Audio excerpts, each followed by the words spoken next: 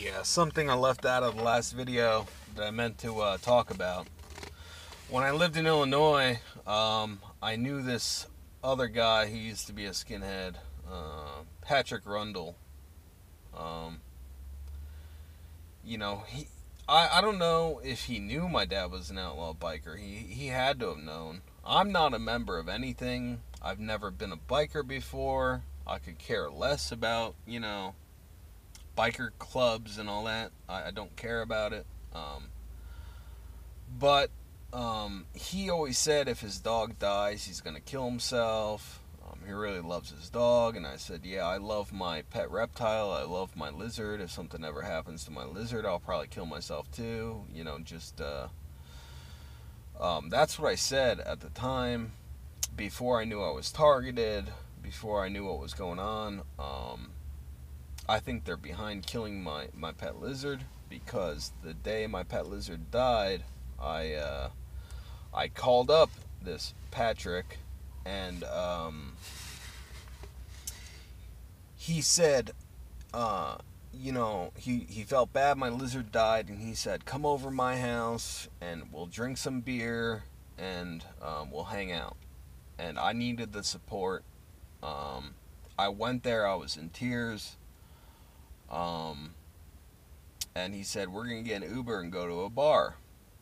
So we got this Uber to this bar in Indiana, and he was wearing this skinhead group shirt, and he said, yeah, blah, blah, blah, I'm this skinhead group tonight, and it was one I used to be a member of. I have no affiliations anymore with anything. And he went to this bar with me, and it must have been like a Hell's Angel clubhouse, and I have no problem with anybody, so I didn't really care. But he wanted me to maybe get beat up. Maybe they would see some of my tattoos and think that I'm an outlaw biker. I don't know. But he brought me there, and he's like, yeah, take off your coat and stuff, show your tattoos, take off your hat, show your tattoos, like thinking they would beat me up or something. I don't know, a Hell's Angel came up, and I'm like, yeah, I'm not a biker, that's cool, whatever, and we talked, and we got along, that was fine. I was buying a girl a drink, but Patrick kind of ran off and did his own thing for a while. I thought he was going to hang out and drink with me, but a Hell's Angel came up to me, and he goes, we had to throw your friend out. He was grabbing women, like sexually grabbing women. I'm like, what the I was like, are you sure? I didn't think he would do something like that, but I went outside. He was standing outside. I'm like, you were grabbing women? He goes, no, I wasn't. I don't know what they're talking about. And I called an Uber to come pick us up, and said goodbye to the girl I was buying drinks for, and he was making a jackass out of himself, falling down in the snow and trying to piss off the Hells Angels. There was a bunch of Hells Angels standing there guarding the front of the door, so he couldn't get back in, and it was really, really messed up, man. And then we went back. I took a nap. The next morning, I had some tattoo equipment and some CDs at his house that I brought with me so we could listen to music and do some tattoos. And he he packed up my bags for me while I was sleeping. I still didn't think anything of it, but when I got back, my tattoo machine was missing. It cost $350, and some of my CDs were missing. And then I right after that, I moved to Florida. And when I figured out I was targeted, I said, who's paying you to do this stuff to me? Who's paying you? And he goes, Cole, stop it, stop it, stop it. And he wouldn't tell me. And then he hung up on me.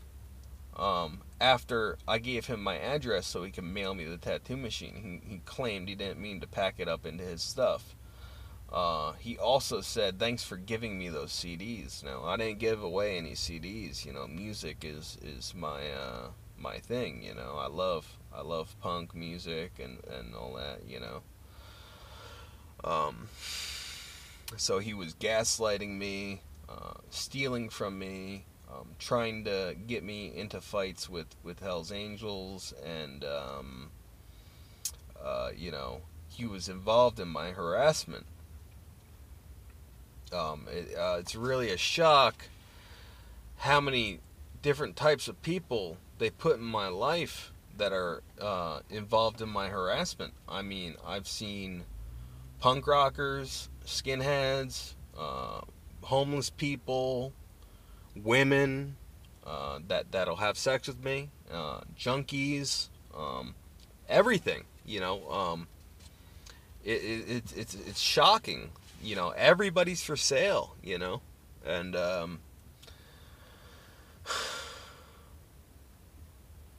I don't know. I just want to mention one more time that they kept sensitizing me to the amputees. They were putting the amputees, en route to my orthopedic appointments, modifying my search results on the internet to show me suggested videos on YouTube that were amputees. I really don't want to lose any limbs, but they microwave me and taunt me with amputees. So, once again, I just got a hip replacement. I hope nothing bad happens to me, but I have to make these videos to let you guys know what's going on. Let it be documented. I'm having a really hard time getting these videos to upload. I record them over and over again. Every time I make one, something bad happens and it doesn't get uploaded. Either the video doesn't record, or it won't upload, or the audio's no good. So anyway, I'm gonna upload this, and if I think of anything else, I'm just going to make another video. I'm gonna start making shorter videos and more frequent videos.